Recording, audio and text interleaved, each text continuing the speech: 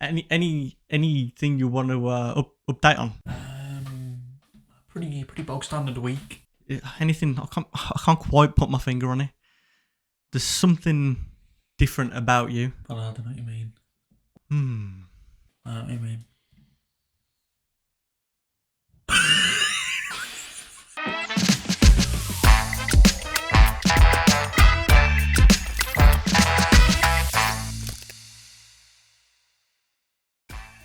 So I got my hair done. Yeah, I think we need to address this rather white elephant in the room.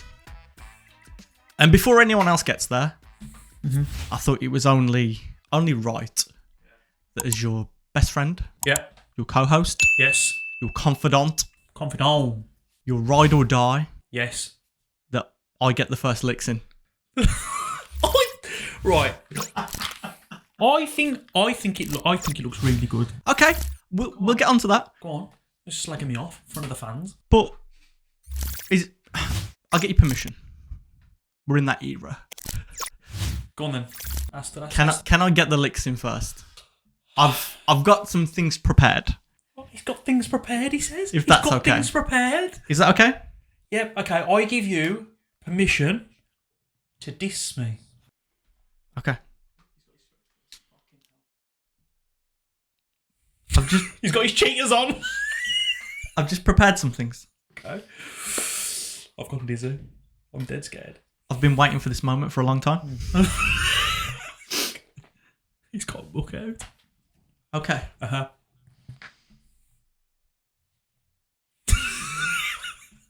So this is what a midlife crisis looks like. Yes. I'm only 30. Yeah. It's giving Ken. If he was Mojo Dojo Casa House less. On Spice. Homeless. Brilliant. Okay. And I just want you to know that this is what Hitler fought for. I'd be alive if this was Aryan. You really did just wake up one day and just think, F it. Yeah, I did, yeah. Big fan of Andy Warhol?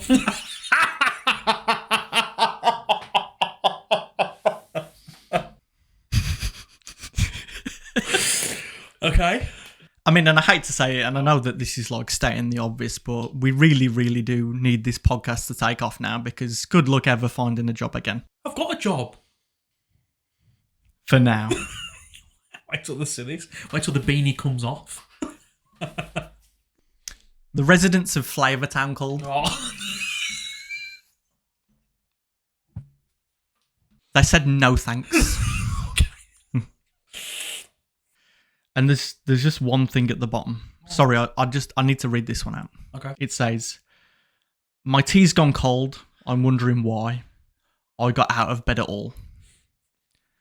The morning rain clouds up my window, and I can't see it all. And even if I could, it'd all be grey. But your picture on my wall, it reminds me that it's not so bad. Right. It's not so bad." Okay. Thank you very much. You can take your glasses off now. Finished. Cool.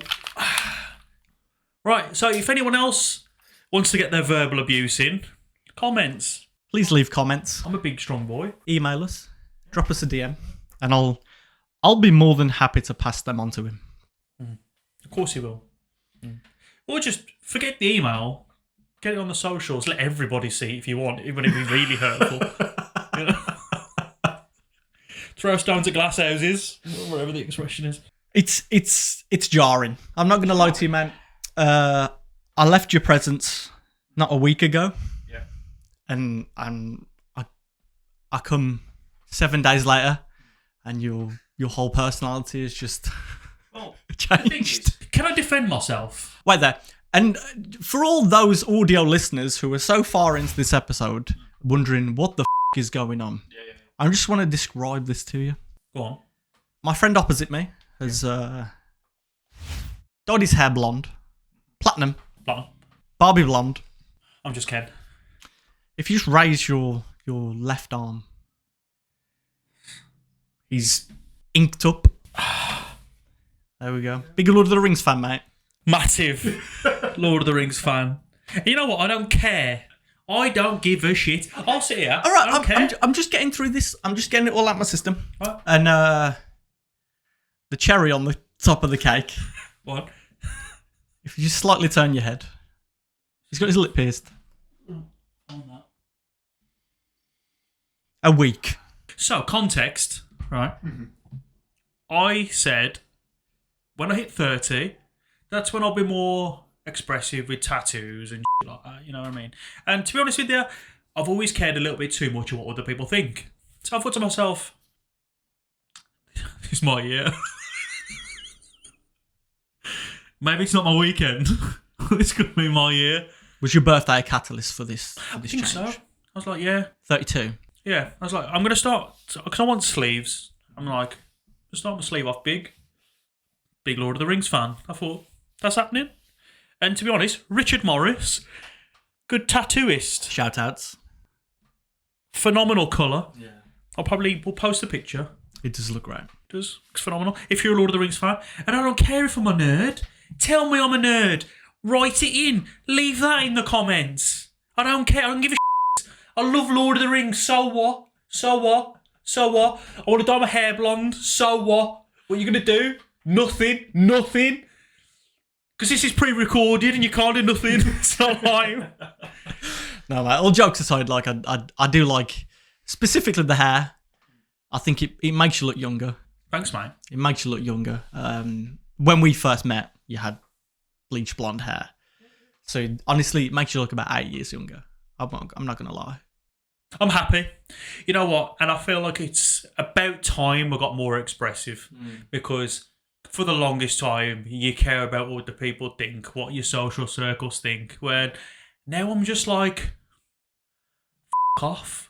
I'm just going to be me. And I feel like more people should have this attitude. So, fucking be yourself. F*** 'em. Who cares? I feel like Who cares? you've been in a really good place this past week. Yeah. And it's been really noticeable. Phenomenal. I feel fantastic this week. You do. Absolutely great. And you know what? I'm just being myself. And I feel like that's very... If I feel more comfortable and I think I look better with blonde hair and I want to get tattoos of my interests, that's it. Hashtag rant over. Getting ahead of the trolls. Yeah, fuck your trolls. Come at me. They've got a cave troll. Yeah. I love it. Fantastic. Great. So, moving swiftly on, we've got my appearance out of the way. You've been to Finland. I have been to Finland, and I know we briefly touched on it before. Yeah. But we wanted to save, I guess, a bit of a chunk of an episode to actually talk about it because it's relevant. You know, I'm not just bragging that I went to Finland. Phenomenal gift. But honestly, mate, that week that I was there, my mental health has never been better. I can confidently say that. I was so present.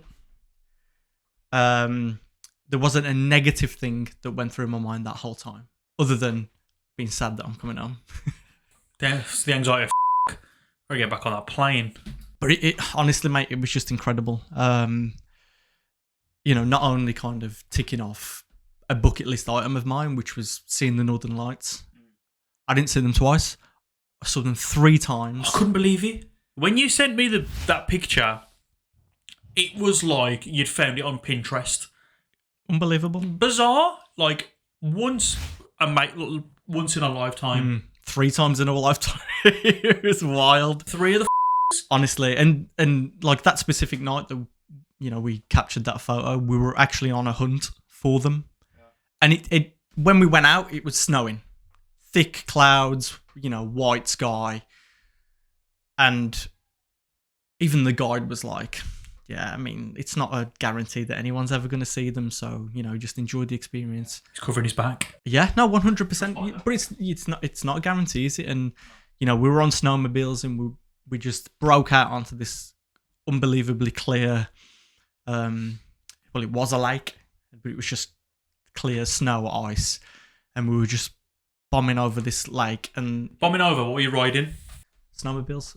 Amazing. And honestly, it was like the clouds parted for us.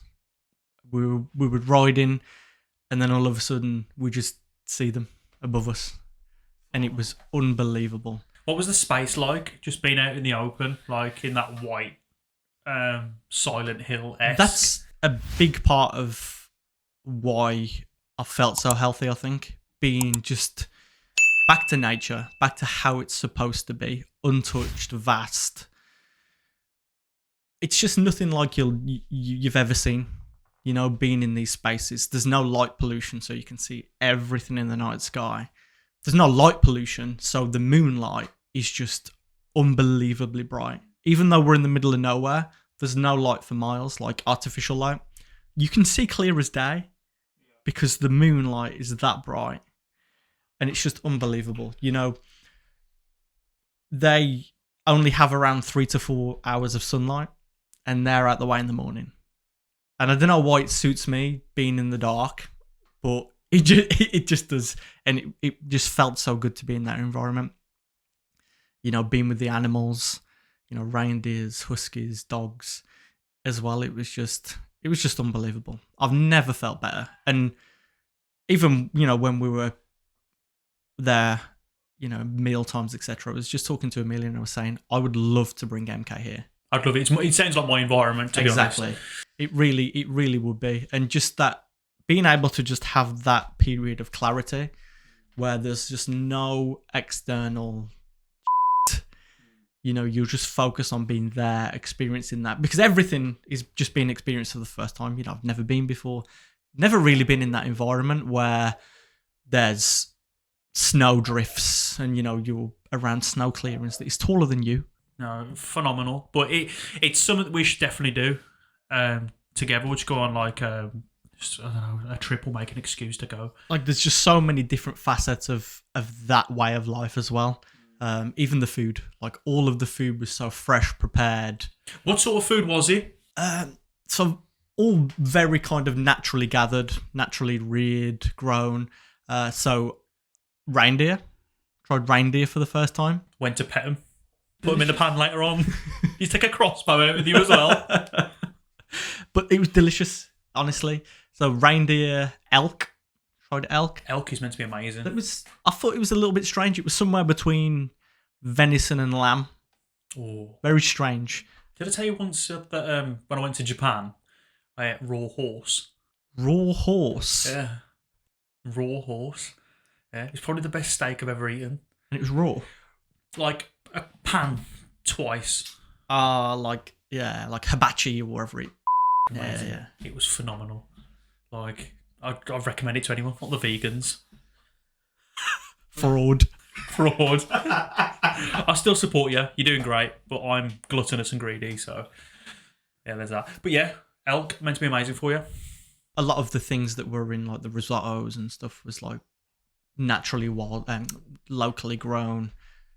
All of the meats were local, but it was incredible. And the tap water is the purest tap water in the world. I imagine it's just come from the lake, untouched in ice, and I imagine the conditions as well, because so much of the year is just frozen. Like nothing can grow and stuff inside the pipes, so incredible. And I have no doubt that adds to it. You know, not putting the chemicals and whatever that we have here. And speaking of that, all my thoughts just gone. Has it? Yeah. Literally just gone at my head. Fairy dust. But to caveat that conversation though, it was, you know, being in such a place of clarity and content mentally. Yeah. Then coming back home was incredibly difficult for me. The following week was one of the hardest weeks that I've had in recent memory. I mean, and I was open with you about it. Yeah. Struggling now. It was tough, and you know, a lot of those thoughts, those dark thoughts, came back. To be transparent, you know, came back which is difficult anyway, when you come from somewhere. You're going to be on a bit of a downer. Those blues. But then I think compounded with how much of a good place I was in. And then Amelia immediately went on a business trip. So then I was alone. So that was hard as well. Yeah. And, when I say a lot of those thoughts come creeping back in, I'm talking about suicide. Yeah. Sorry, guys, we're back there. But in a different way. It wasn't like I was actively trying to end my life or anything like that. I was in a bit of a hole and I was just getting down another hole on social media, and I came across this post about something called passive suicide. Yeah. And I think a lot of the kind of plummet into this place that I was in was because I resonated with this post that I saw around passive suicide, because I'd never heard of it before. Yeah. It's a new term to me. But reading into passive suicide, I recognised a lot of the similarities. Exactly, to things that I've been experiencing for the past few years. It made me realise that I have been going through passive suicide for years. Even when I'd believed that I was in a good place, I was having thoughts and was putting myself in situations related to passive suicide. Because that's what it means, isn't it? Like, subconsciously, you're putting yourself in scenarios where it could inflict danger and... Exactly. So, even though you haven't got a plan to actively end your life, you're putting yourself in situations where you're not really thinking about your well-being, or you're putting yourself in a situation where you could die. And you know that you could die. So, but this is something that I've been doing for years with my work.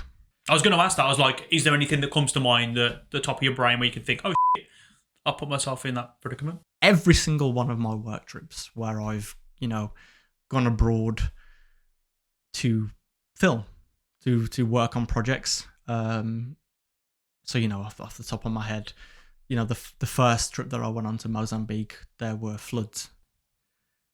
And I just purposely put myself in that situation. But it's not to say that I only went on these trips because I knew that I'd be putting myself in a certain situation. You could have took extra safety precautions to avoid... Exactly. I knew the situation I was going in, and it didn't faze me one bit. I acknowledged that I could die on those trips, but I went on them regardless. For the risk of...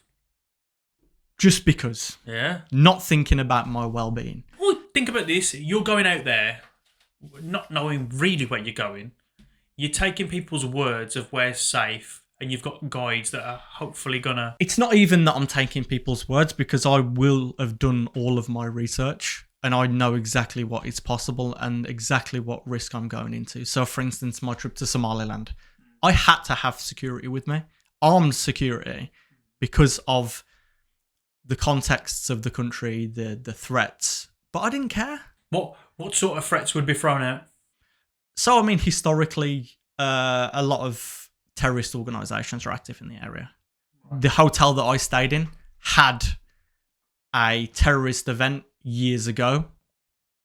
My recent trip to Nigeria, I tried to do this trip a couple of years ago, but I couldn't because there was a kidnap risk. But I still sought to make this trip happen a couple of years on, still knowing that was a very real reality, knowing that the kind of context of the work that I was doing, the subjects that I was covering, I knew that was still a very real possibility, but I still did them anyway. Bad shit happens to people who go out there, This is the reality, and just by the colour of your skin, your nationality, you become an instant target. That's just the reality. I'm not putting any prejudice or anything out there. That's what you're told in security training. Regardless of where I'm going, as soon as I step foot off that plane, I'm an instant target for robbery, kidnapping, all of these things. I'm an instant target. And, to develop this conversation further, something that I have always done that made me realise what I was doing when I plummeted to this place was a few years ago, I got myself and my big sister a bracelet. It was just a little silk and silver thing. And on the middle of the bracelet, engraved, was the coordinates of our childhood home. Our parents' home. That's great. I'd always make sure to wear this bracelet on any trip that I went to, so they would know where to go if ever they found my body. And just reflecting on that now, I fully anticipated that me dying was a very real reality. You're okay with it? No, I'm not okay with that now. But at the time you didn't give a shit. No. That's mad. So, sitting back, recognising and reflecting on that, I'm just thinking to myself, like, what the f***? What are you doing? It's crazy. It's not, but you know what I mean. No, but 100%, bro, it is. And the thing that hurt me the most when I was thinking about this was, in those times, professionally, never been happier. Oh my God, I'm going on these, incredible trips to film these incredible projects. On the outside of it, you're fully anticipating dying. Mm. Why are you doing that? So, on the outside, it's in your almost happiest times professionally in your career, you're still thinking about killing yourself. And that realization sent me to a place that I haven't been for a while. So folded back to coming back from Finland.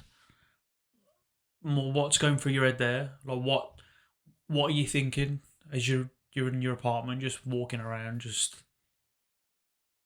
it just overwhelming life? Did you just feel ashamed? Yeah, ashamed because this realization, the recognition of what I've been doing for all of these years. I was just so ashamed, annoyed, and disappointed in myself. I get that, yeah. And it was hard. It's been so difficult. Has it helped you realizing that? Do you question your thoughts a lot more now? But now it's not like passive and subconscious. Now it's to the forefront. Do you acknowledge it now? Like 100%, bro. And it was something this past week. So there was another situation that arose where I could travel to northern Ethiopia to work on another project for a crisis that's up and coming. As soon as this conversation started, I immediately said no.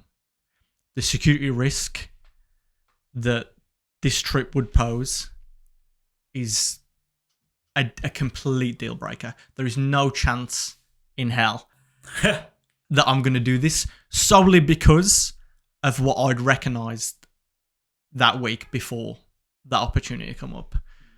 Like, I'm just happy now that you've acknowledged it, and it's sad that it took all of that to get those passive subconscious thoughts to the forefront, but now hopefully you can use that as fuel now when that negativity is building up, just to process it and think, no, I'm not going to do this to myself. It's wild that just acknowledging that you'd experienced that is enough to then make you aware of what you're doing. Because I was doing this completely unaware. I didn't know that I was having episodes of passive suicide I didn't know that at all. Didn't know it was a thing. It's mad. The brain is wired so, it's so fucked that there was a part of you that was okay with that, man. I thought I was going to die. That's mad. And, like, I'd love to hear other people's story on it, man, because, yeah, we do keep things locked up, and it's, oh, man, some people don't get that clarity, and they keep putting themselves in these situations. But this is an extreme example that I'm talking about. You know, there's not many people on the planet, you know, outside of the kind of sector that would be able to put themselves in this situation. But there are so many other examples of how people experience this. You know, I have no doubt that you would have put yourself in these situations as well when you were wrestling. Yeah, probably. You know, wrestling's predetermined. Sorry if anyone doesn't know that. But like putting myself in dangerous situations, like spots in the match. Like there was one time where I had a ladder match, and the venue could only put the belt on the outside of the ring. It's pretty stupid, really, but the promoter wanted to do the match anyway. So I put the belt on the outside, and there's only 150 people there, 200 people. 180 at a push. Even if this was 250,000 people, yeah, it wouldn't have mattered. It wouldn't have mattered. Yeah. But I'm going to do something dangerous. So I put a ladder on the stage. The ladder's high anyway. It was a 15, 20 foot ladder. Put that on the stage. The stage was 5 feet. And I took a spot where I got pushed off the ladder. Free fell off the stage to the concrete floor. No protective mats, through a table. Why? Why are you doing that? Cool. It's cool, innit? Come on. It's mad. And like you do dangerous stuff, like you take unnecessary risks where you drop yourself on your head, and it takes one movement to be paralysed or death. You know, I've got friends who are paralysed from like moves. You know, it's risky. But peace, love, and hugs, Nick. Not to compare it to like yours, because you know the risks I'd say are a lot higher. But like you say, it's on different levels. Even as something as stupid as not wearing a seatbelt. You know, going on a bike, not wearing a helmet. Yeah. It's little things, yeah. So you've still got the kind of desire to die, subconsciously, but without having a plan. I don't know what's worse, doing it subconsciously or having a plan. Right. Neither or, mate. Both suicide. Yeah. Please look after yourself, guys. Jesus Christ. There are so many reasons to live. There are many reasons to live. And I'm going to segue into something now. Go on. Bucket lists. You ever thought about it? Bucket lists. Bucket lists. Honestly, I feel like we address this quite a lot subconsciously on the podcast. We speak about things that we want to achieve and things that we want in the future. Yeah. So I feel like it's not new. Okay. But I know that there's going to be elements to this that we would have had no idea that we'd want to achieve in life. Yeah, yeah. So, bucket lists. What we're saying? I have to discuss something before we go into ours. Okay. I don't understand some of the popular ones. Just that before we say this, each to their own. Yeah. We're just, this is just us. We don't get it. Opinion. What comes down to personal preference. Okay. Okay. Not to sound condescending. I do. But I don't get it. What don't you get? Swimming with dolphins. Right? Even on my deathbed, if someone gave me a free coupon to swim with a dolphin. No, because... in his gown.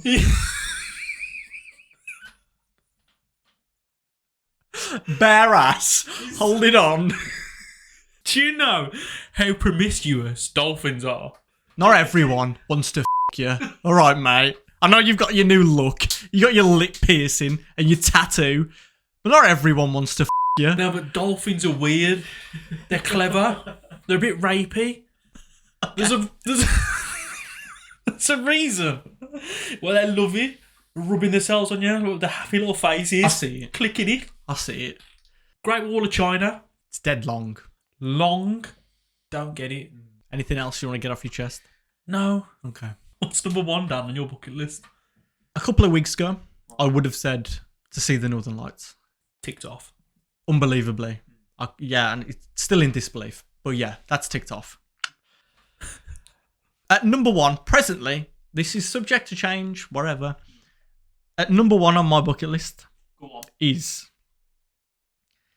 So there's this thing called Adventures by Disney. So they're like bespoke holiday packages that Disney put together, whatever. There's one that's called Disney's Private Jet Adventure. Okay. Right? So this is a 24-day around the world trip on a private jet. Does Kylo Ren fly the jet? Hopefully. Go on. So on this trip, you go to every single Disney park. Okay. Around the world. Every one.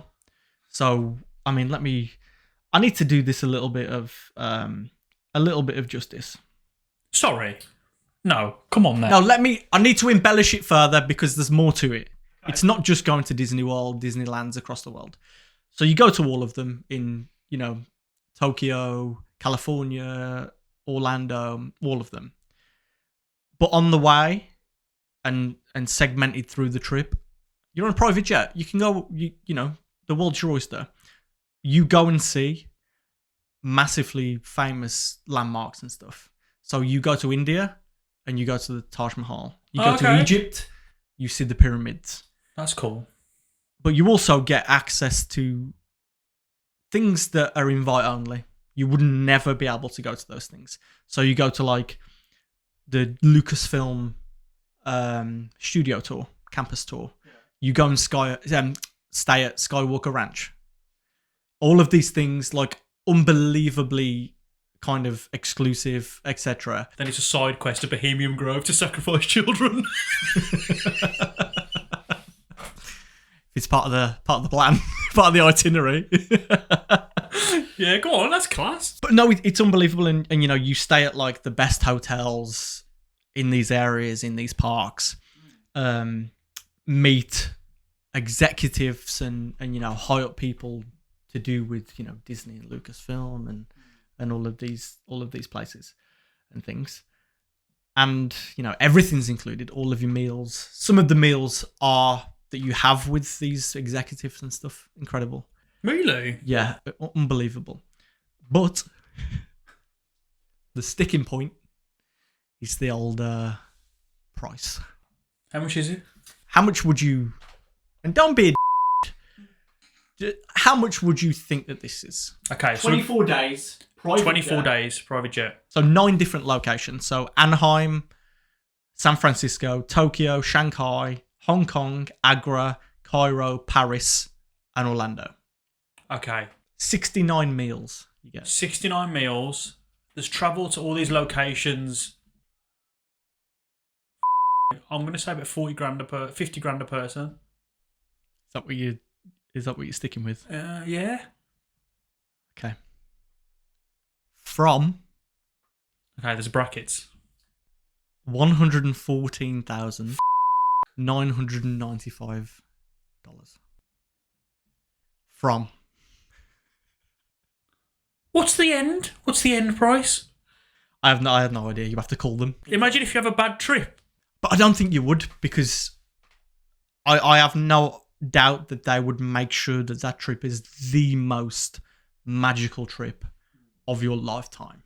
What the price is astronomical. Yeah, it's wild. But there's a lot to it. Wow, yeah, that's great.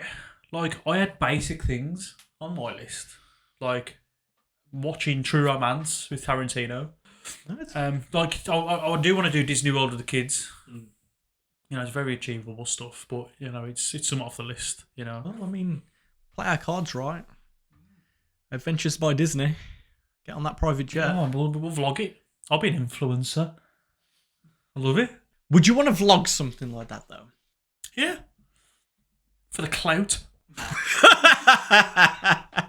Grandad. Nah. Like, I'd obviously want to experience it, but, like, it depends what you're getting paid for, innit? True. If you're getting paid to do it. If Disney say, we want this trip vlogged, but we want you to sell this trip. Yeah. And you've got to. It's kind of a job then, isn't it? Because who goes on that trip? Elites. Oh, what are we doing today, Dad? Oh, we're going away for a month. What about school? You're getting all the education you need. What else you got on your list? Nothing. Nothing. Is that your dream? Yeah. At the moment. Is that your happy place? I just love it. It's a place that makes you forget about how this world is. It allows you to go back to being a child. You know, not in like a weird mental state, but you know, you get that awe and wonder back. Yeah. You feel the magic like you did when you were a child. You know, that kind of imagination and experiencing these things. That's what I get when I watch wrestling, though. Yeah, I feel like that's my like nice little. Oh, I feel like it's my escape. So completely. You can just get so consumed in it, and you go back to a period where nothing else really matters. Yeah, exactly. Yeah. You know, bills don't exist when you're in Disneyland. I hope everyone's got that. That's the sad thing. I hope, because you do see people around who haven't got a lot of ambition, and they just go with it. And I just hope everyone's got that happy place, that safe space. I feel like that's very important to making you having a reason to live. Yeah, have reasons to live. So important, man.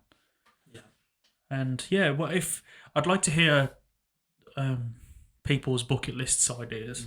Sorry if you do want to go swim with dolphins. Sorry. You're not going to get raped by a dolphin. The promiscuous little clickers. Honestly, man, it's weird. Ugh. Right, I'm going to stop you while you're ahead. I just wanted to acknowledge this. Look at that. You ain't got one of them. It is unofficial. I will say unofficial. But that's because we don't acknowledge the corporation itself don't acknowledge this many subscribers. But we reached 20,000 subscribers. We just wanted to acknowledge that. Yeah. And thank everybody, because, like, you know, our viewers every week, there's a lot of you that's staying with us, and it's really appreciated. And yeah, just keep it coming. Hope you keep enjoying this silly ride that we're on, this silly, helpful ride. It's, you know, we like to think we approach things differently, and we do around a lot, and we talk about a lot of sad shit, but that's the point. And if you can relate and it helps you forget about your day, job done. And yeah, thank you. So let's keep going. That will be real soon. We will get that silver one. It's going to transform into a silver one. Oh. And in no time, we're going to have the real gold one up there. And we'll all get better together. That's the point. We will all get better together. Did you know why, mate? Because girls can cry. But boys cry too. Skirt.